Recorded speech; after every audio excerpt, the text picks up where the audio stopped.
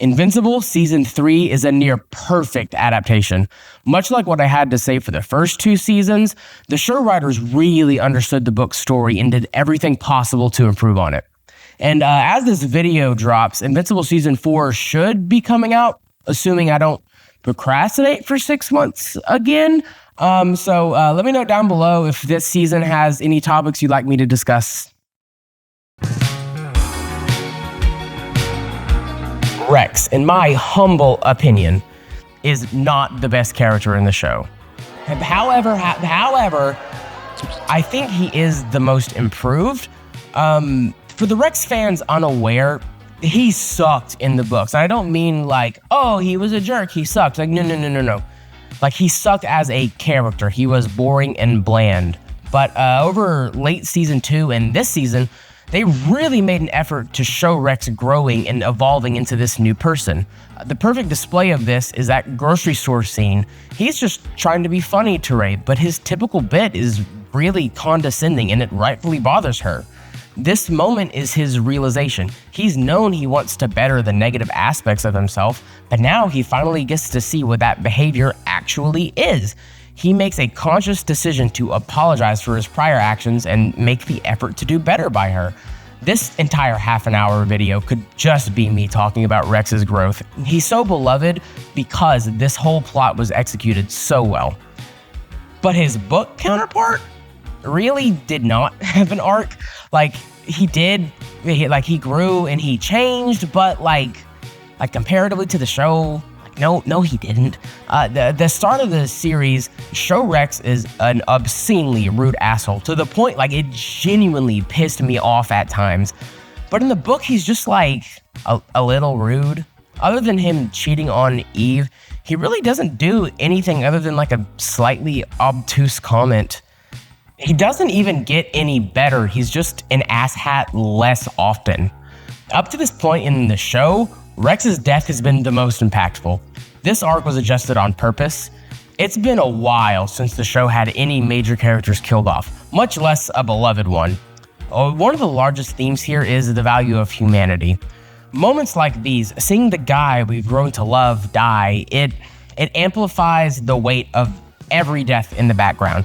It compounds the feeling that everyone here is important. I'll shut up now. If you want me to talk about that theme, go watch my first video. I spent like half of it talking about that.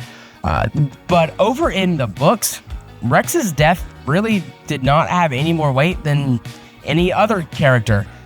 He's a person that we don't really like, haven't had any positive moments with, and it really feels like they just needed a death to put in this issue narratively, and they just picked the characters that the writers nor fans cared about to give a death scene, while also not sacrificing a good character.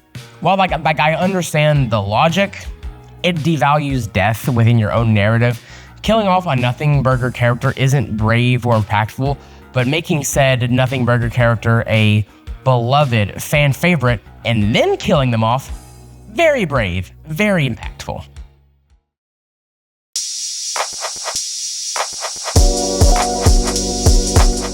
Thank God they redesigned Oliver going into the show. Like in the books, what an ugly ass baby. Like look at this gross little thing. Like that kid is an uggo. My second biggest complaint, book Oliver isn't a child.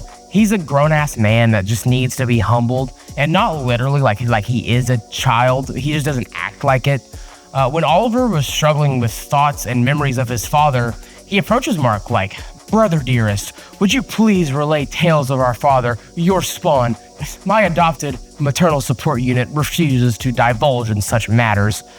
Like honestly, when I was writing this script, I forgot if that was a direct quote I copied from the book or just me being dramatic and taking the piss out of him. This character is so exaggerated that I genuinely don't remember if that is his line or not. That's how bad it is. My parody is on par with just normal him. This lack of childhood innocence played a large hand in his morality struggle at this time.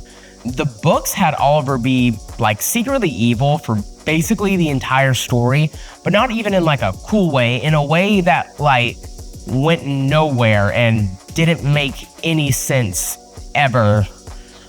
In the show, they added some much needed realism. Oliver is a child dealing with an absurdly complicated upbringing. It's okay for him to love his dad. It's also okay for everyone else to hate his dad. This whole topic has a lot of really complicated nuance.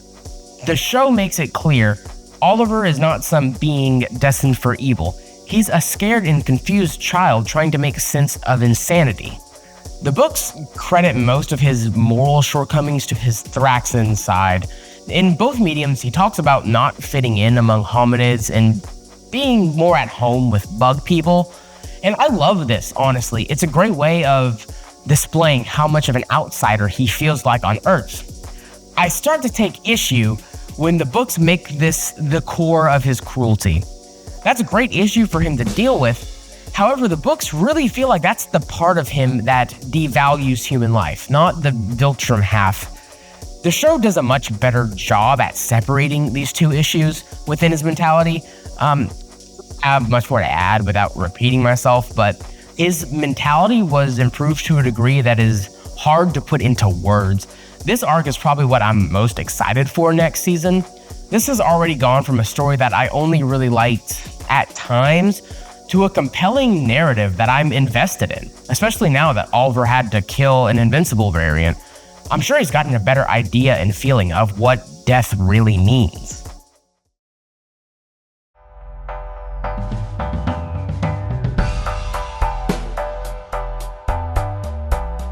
The books completely shit the bed on Cecil's backstory. He wasn't a badass field agent taking down the villains.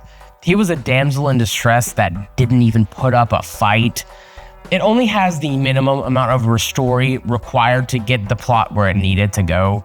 It basically only tells you that Cecil used to agree with Mark and then had a change of heart.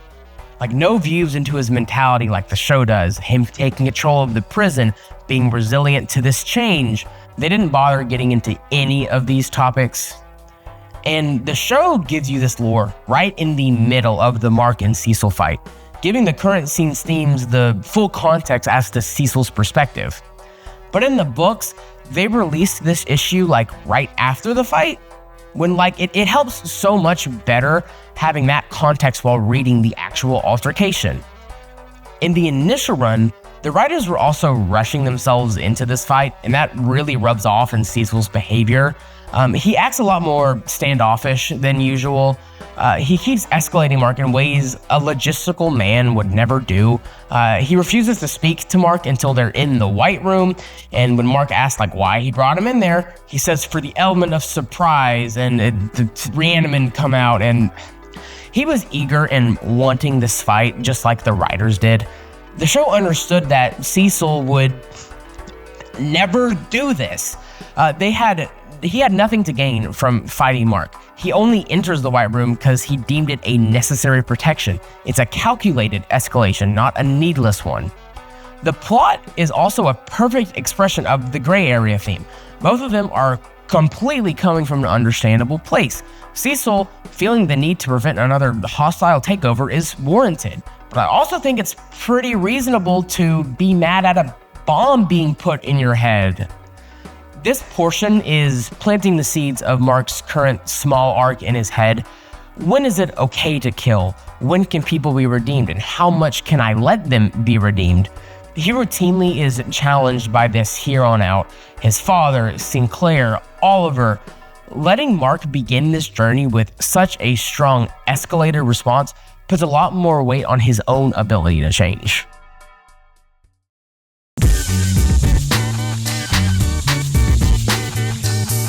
This video and prior videos, the entirety of Mark's comic change can be summed up in this one detail.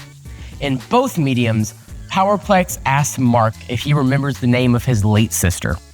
Show Mark does. Her death hurt him and he mourns for her. Bookmark does not know her, and likely he's never even read her name. Like in actuality, it is a ridiculous number of names. In real life, he would not know, but like narratively, the idea of Mark stewing over these names so much that he recognizes some random woman from that day, it says a lot about him. Bookmark is also much less mature and a lot less in tune with his emotions.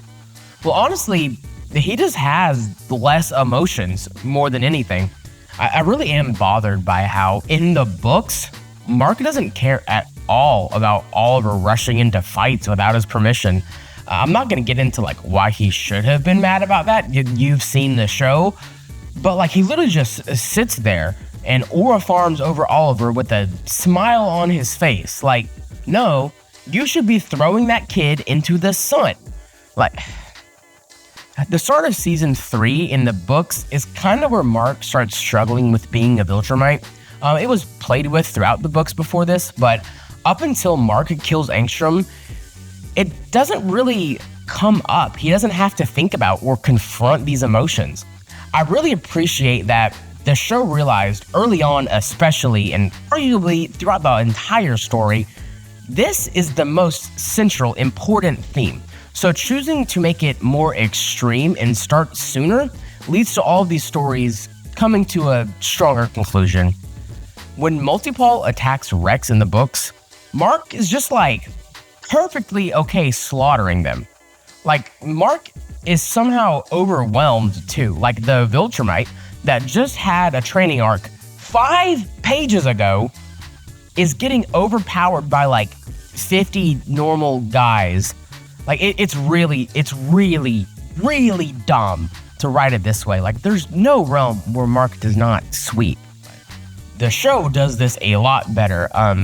Mark is just hesitant to kill the Pauls. Like, sure, he wouldn't actually be dead, but it feels like killing to Mark, and he doesn't want to take that step over into his Viltrumite side. Every single moment that Invincible faces, he is forced to challenge this part of himself. His struggle to get through the crowd, it's a mental one this time, not a physical one. He feels disgust in himself, not a physical pain. The way the scene plays out at Guardians HQ had a small tweak that feels mountainous. The whole present team makes the choice to help Mark. They see what's happening and decide for themselves to act on this.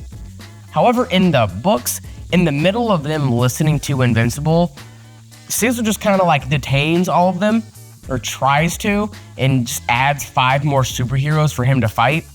Like, this makes no sense for CECIL. It's a stupid idea for him to escalate like this, and again, CECIL, his character, is too logistical to making dumbass decisions like this, but the books just repeatedly go back on this same issue. This also gives a very strong moment for all the Guardian friends. I would say it would have been harder to pull this off in the books, as Rex doesn't really get a redemption and he's just kind of still a jerk by this point. Nothing here actually says Rex would have chosen to help in the books, so like, I get the call in the writer's room, but it's way better over in the show.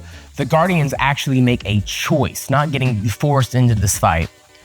One thing I do like about the book CECIL here is he realizes he messed up, escalating with both Mark in the White Room and then the Guardians. He says to himself, "What have I done?" Which, admitting one's own mistake and to move past them is very CECIL. In both versions, they would 100% do this. However, show CECIL is less bloodthirsty, so he wouldn't make these dumbass decisions to begin with. He starts getting dumbass ideas at the end of season 3, locking up Conquest, which, like, I'm not gonna spoil it. This is a season 4 in comics spoiler-free video, which, like, I'm not gonna, like, spoil anything, but, like, is it a spoiler to talk about what happens to Conquest's inescapable prison? Like, right after Invincible War, Mark finally downright says he cannot ignore the guilt of everything with his dad. This issue in the books only really started showing us this like in the past 10 to 15 comics. Meanwhile, the show has been expressing this to us from the very second Mark learned of his father and this truth behind his inner rage. Overall, the way Oliver and Mark were handled in the show, 10 times better than in the books, but specifically, the climax is reworked blissfully. In the show, because Mark has a brain, he understands that Oliver is simply an excited, confused child.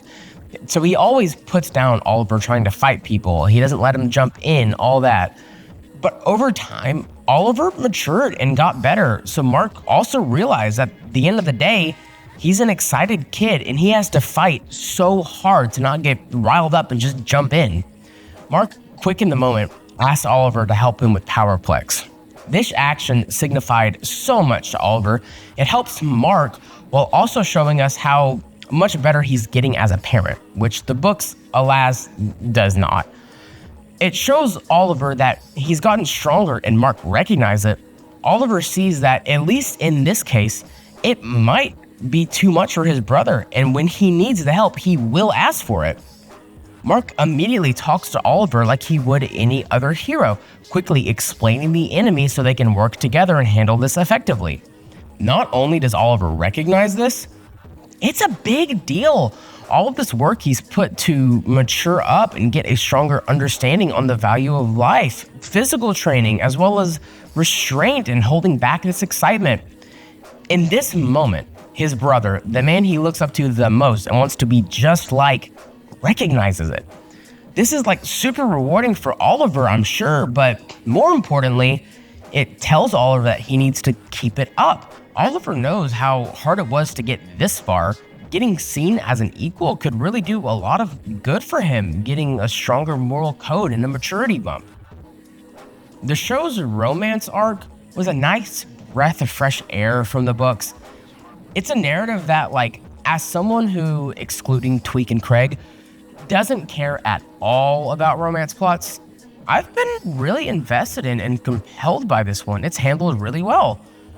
But how they got together in the book, high school drama clusterfuck, like Mark and Amber cheat on each other, and then the timelines were really weird with that, and then it's just shock value junk at every point.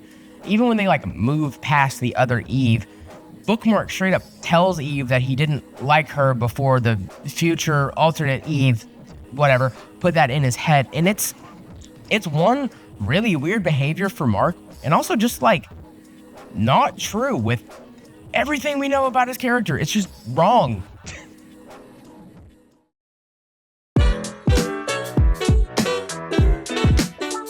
POWERPLEX could have been changed none. Line for line, the exact same, and he even is at times. And this character would still be one of the most improved in adaptation simply because of Aaron Paul. I mean, like, sure, it is just, he can't keep getting away with this the entire time, but like, it works. And much like the other strongest moments, this really just was expanded in the adaptation, like this version showing how he doesn't want to hurt Shapesmith. The moments like these help express one of the most important aspects of this character. He has an incredibly strong sense of morality and desire to help others. The books just did not highlight this nuance well. POWERPLEX is a really good guy that got unlucky, and after being blinded by his rage, he's just gone too far down a noble path. He doesn't purely see killing Mark as revenge, well, like it is, but mostly he chooses to do it out of the fear that Mark will continue to hurt and kill people. Misguided or not, he's risking his life for the well-being of complete strangers. The books only allude to him having a warm nature. This whole nuance is just much better realized this time around. We see a consistent display of his actions going against the morals he holds on to. This behavior is a response to desperation, but the books just kind of make it feel like he's just crazy. I do really appreciate the de-aging of his child. In the books, he's a toddler, just dropping random one-off lines here and there. But I really like this character as a baby. It helps symbolize to the viewer that POWERPLEX is bringing new people into this. He may believe he's saving people, but in reality, he's getting innocent people killed that had nothing to do with what he's so mad about. Hell, his son did not even exist yet when Detroit happened. I really like how his child being a baby now fully disconnects him from the events of Detroit. Highlights very well the actual effect POWERPLEX has on the world.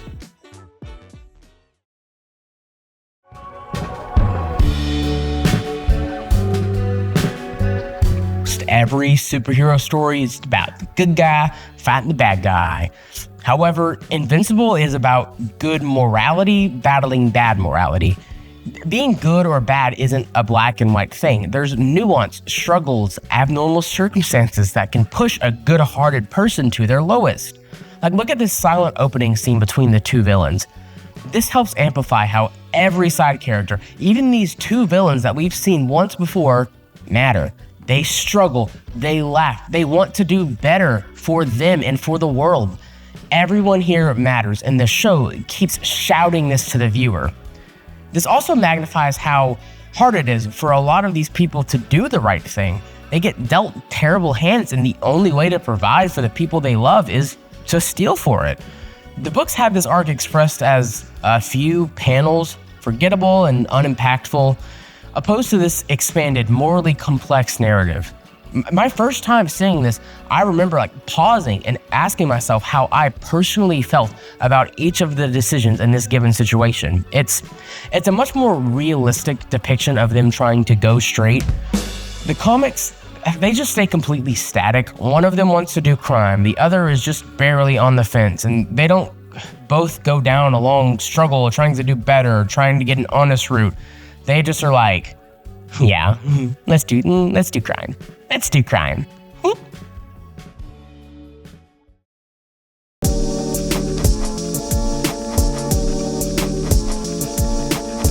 The whole point of this book is it's a big, massive crossover event.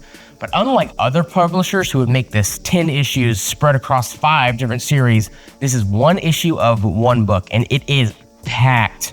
The episode moved quick too, but nothing on that comic issue. And while I like it for what it did, and it's trying to feel this way, it was rushed. And I do like that. It's supposed to feel rushed. Much like the people the story wants you to relate to, this happens out of nowhere. Everyone is in danger, and it all happens so quick before anyone has time to react. And I love this. But in the book, it's a little much. It's just a little bit too condensed, and it left a bunch of random moments with a lot of unkempt potential. Like Oliver. In the books, we opened the scene with him just fighting a Mark variant. It didn't have time to tell you more, we just had to get started. But I love what they've added in this show. Oliver was just so excited and relieved to see his brother, just to have to kill him with his own hands.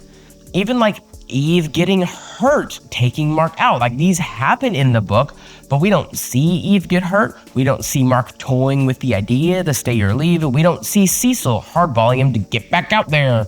We don't get to see how pissed Eve would be at him making that call. It doesn't have time to get into these ideas because it's just on to the next thing. We don't have time. We got to get going.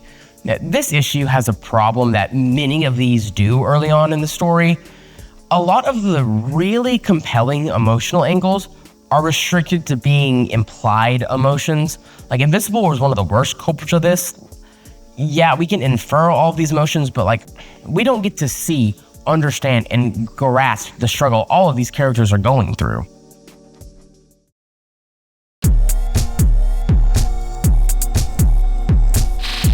This episode is almost 100% beat for beat the exact same as it was in the books. Much like what I said for the first season's Detroit fight, the writers really get what moments hit that first time around, and they made sure to leave those intact. The only improvements given to this fight were additions, not changes. Like the whole "I am so lonely," not present originally. I kind of thought they were rushing into the whole Anissa plotline, but no. Thank God, no. These new amendments do a lot of work to express the big picture world-building elements of the story. In both mediums, this is the first time we really see a Viltrumite for an extended period of time. Excluding the GRAYSON family, but the entire point of them is that they're outliers from the Viltrum agenda, so meeting Conquest is the first time we really get a peek into the head of a Viltrumite. Anissa just had too many walls up, but Conquest does not care. He just opened up, and he really just gave the audience a taste as to what the Viltrum army will be behaving like. We already, as an audience, have feared the Viltrumites for their physical capability, but this episode does a lot of legwork to make the audience just as afraid of the Viltrumite brain. This part of the story is largely about Nolan's growth into a new man, so I'm very grateful that this time around we get to watch that growth while also knowing the kind of conditioning it took to get him there. This time we can really feel and understand how hard it will be to unlearn all of this for him.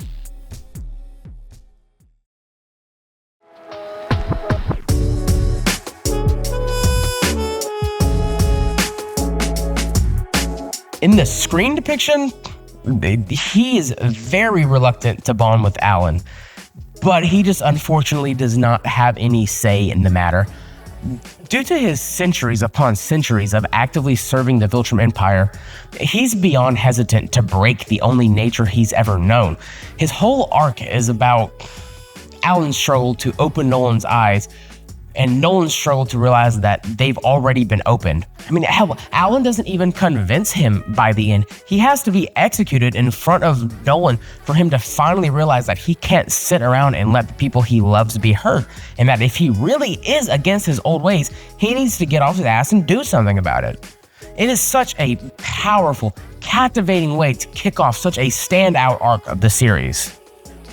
Yeah, in the books, he takes zero convincing. He does not struggle, fight his old ways, need Alan to beg, none of it. Though they even go into his execution, planning on turning it into an escape. The adaptation understands that this is an active struggle. Nolan needs to take time. He needs to naturally fight his own change and progress. His conditioning would not have allowed him to just jump ship so easily as he did in the books. And as it is clear now, the entire point of Nolan's character is genuine redemption. But especially in an extreme case like this, it cannot happen with zero struggle. Off screen. That's right, the books don't even show this arc actually happening. The story and progress will continue. It's just in the books, they really gave you none of this story by this point, and they just started coming back to the ideas later, and it honestly just felt like them shoehorning it in after the fact because they missed their perfect opportunity to do this whole battle inside Nolan.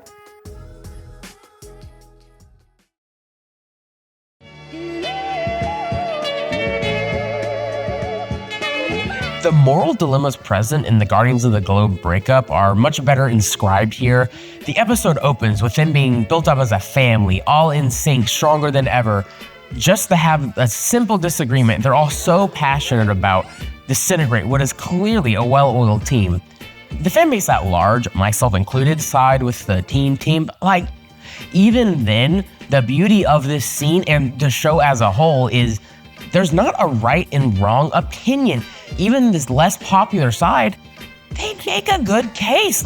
Despite me not even agreeing with most of it, I get where they're coming from. And the line Paul says to Kate soon after, emphasizing how his criminal organization treats him the same way the government treats her.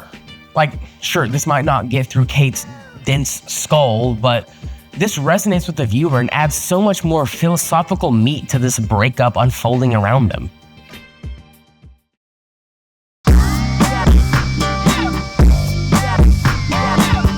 It's Leo Ramble time. In my extremely unhumble opinion, Invincible War is considerably better than the Conquest episode. I know, you're all pissed now, but look, the whole Conquest fight, yes, it was cool, and it does have a lot of plot ramifications, even a few emotional ones for Mark, but overall, Invincible War is doing so much more for the psyche of these characters. Mark seeing how many other hymns gave into this Viltrumite side, Cecil seeing what a mark to fear actually looks like, Oliver having to kill one of them. The events of this episode just have so many more stakes for the actual characters of this story. Sorry, it pushes the narrative too far for me to not give it the top spot. And also, this is the part I'm really keenly for, this whole episode, way more hype too. Yes, Conquest hype, but this was better. This fighting action, it's better. It's better. I am so pissed at the show for taking away our Astounding Wolfman episode. I have this whole thing written out about it here, but I'm mad to the point, I can't put it here because I have to make a video about it. At some point, I have to do that because this needs to get out there, and a short minute-long segment of this video is not enough. I need time to scream and ramble about this. Like, legitimately, like, even reading these issues of their crossover before actually reading Astounding Wolfman, one of my favorite issues of Invincible. Like, it stands alone, and even, like, it was marked right between Invincible War and the Cecil fight. It's right in the middle, and it holds toe-to-toe as just a big, impactful moment. It hits so hard, and then they just got rid of it. And at first I thought it was like the whole Spawn thing, like, oh yeah, you can't include the guy. But then like, no, he showed up in Invincible War. Wolfman did. So they just didn't put him in that or Doc Seismic episode for reasons. Again, fuck you. Like, I'll do it again. Like, I don't, as previously stated, Titan just sucked in the books. He barely played into his whole main story theme and gimmick of doing crime in these more ethical ways. Like, when he first meets the Order asking to break Paul out of prison, he just immediately promises that he'll do it. No sticking to his guns, no refusal, just immediate dick riding. I really hate how Mark and William behaved throughout Rick's whole PTSD arc.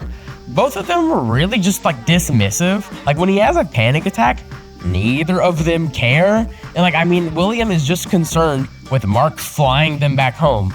And like sure, in the books, William is basically not a character, and like, you know, he's not swapping spit with Rick yet. Comic spoiler yet.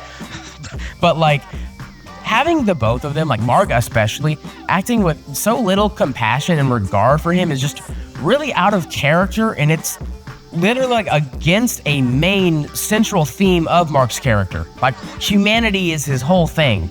This is blatantly against that. To an extent, the books are incapable of reaching these heights the show can because of, you know, like being still frame and all, but the action of Nightwing just really is amped up from the books. Like, generally, I don't even really care that much about like action scenes, but watching Nightwing on screen is just so fun. Like, the way he plays with shadows, flanks people, evades, it's all just super entertaining and extremely creative power set. Like, in the books, despite having the same powers, he just doesn't do any of that. He just kind of like runs in head on, throws a couple batarangs, and like occasionally he'll like pop out of a shadow. It's super underwhelming and it's just not a very interesting use of a really good character. I also like that the show gave him a character design change here, giving him those bright, optimistic eyes to display his new self. But in the books, even after his reform, they still draw him with the facial expressions of like a pedophile at Schlitterbahn, like, which narratively, like, he does display some change, but not enough. And that, in combination with him being drawn like a deranged maniac, it just weakens the Cecil's point about him having the ability to change. And this arc is only at its best when you can really relate to both sides of the matter. One small change that I never really thought I would mention is the time jump. So since both the books and the show take place in the present day, it sets them upon the release day. So books take place in the early 2000s, the show takes place about 20 years later in the 2020s. And like, narratively, what I told you does not matter. Like, it does not at any point change the story at all. It doesn't matter. The only things I've even noticed being dated is like sometimes the books will just have, you know, like old cell phones and crap that look like bricks. So like, past that, really nothing matters.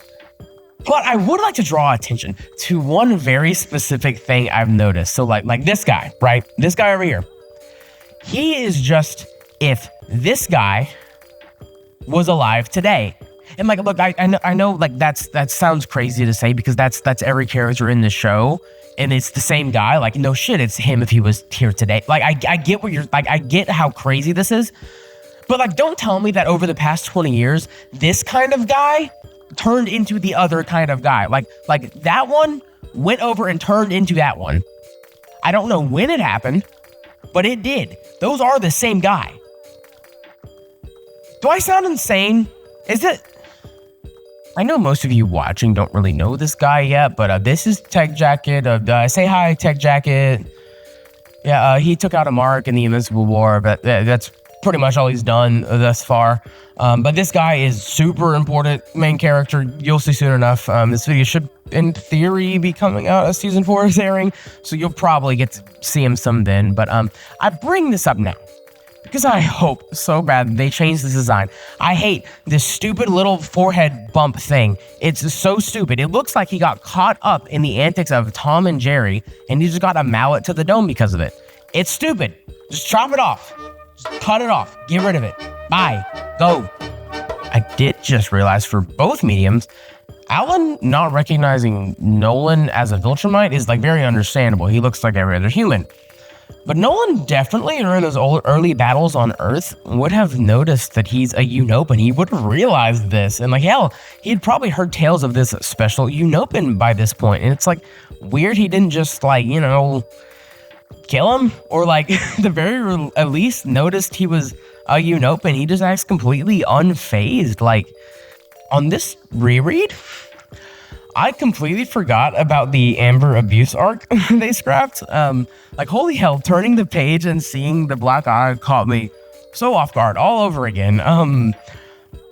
I honestly don't love that this was removed from the show. I understand like why they did. It's a super serious subject that wasn't handled great in the books. It wasn't bad. It was just very random Mark side quest. They didn't tie it into the story very well. It was handled maturely, just seems a little generic, kinda, and they didn't give a very good view into her mentality and how these things are affecting her, and they really only focus on like the drama of it all.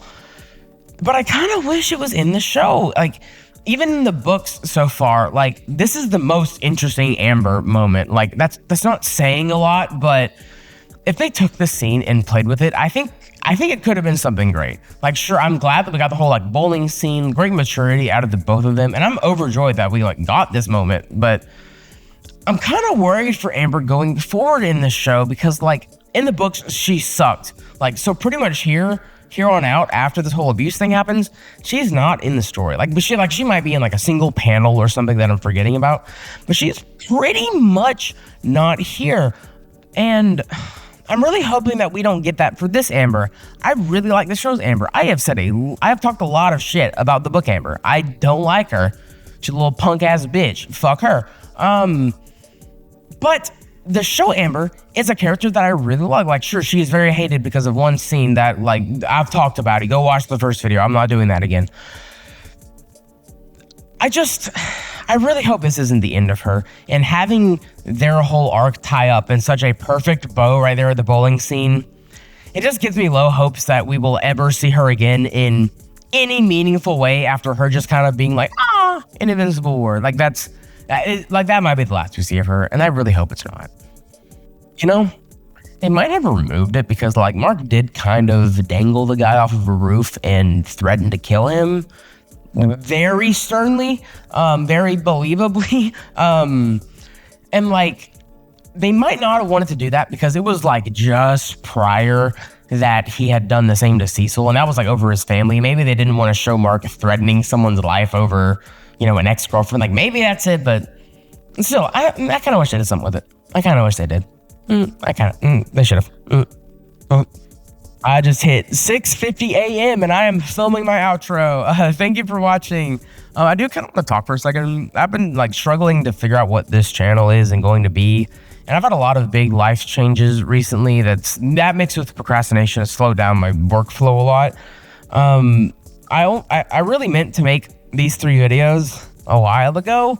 And then I procrastinated too long, and then it got like, oh, well, the new season's coming out, so I can get on, you know, all clicks from that I can bring over to me, and, you know, so I kind of did that, and then now I'm probably going to do episode recaps too, because, you know, same reason, and then also I kind of want to do the Wolfman video now, and I just, I just kind of fucked myself into being an Invincible channel for, like, 6 months to a year. I want to do other things. I have other ideas and, like, scripts I've already started and working on, but it's just, like, it takes me a while to do this, and I really want to make a lot of shorter content too. Like those episode recaps, plan on being my experiment into that, because I really like doing this style of very high edited, like that's what I do. but I can't do that consistently. So if you had any ideas too for a shorter, simpler idea like that, I would love to hear it. Throw it down below. I'm small enough to read all my comments. Thank you for watching. I really do appreciate it. This is something I've always been very passionate about, and trying to get out there and do it. Anyone that is engaged as far to get those in the video, like, I really thank you. It means a lot. If you did like this, I have those other two videos about the first 2 seasons, and then of course more will be coming out, and probably the 4th of this format will be coming out eventually. Maybe not soon. I don't want to do this a 4th time right now. I'm done with it. But eventually that will happen. Like, stick around, you'll get more of this content. Plus, if you interested in anything else, I will be talking about other content. Please stick around. I will stop begging you now.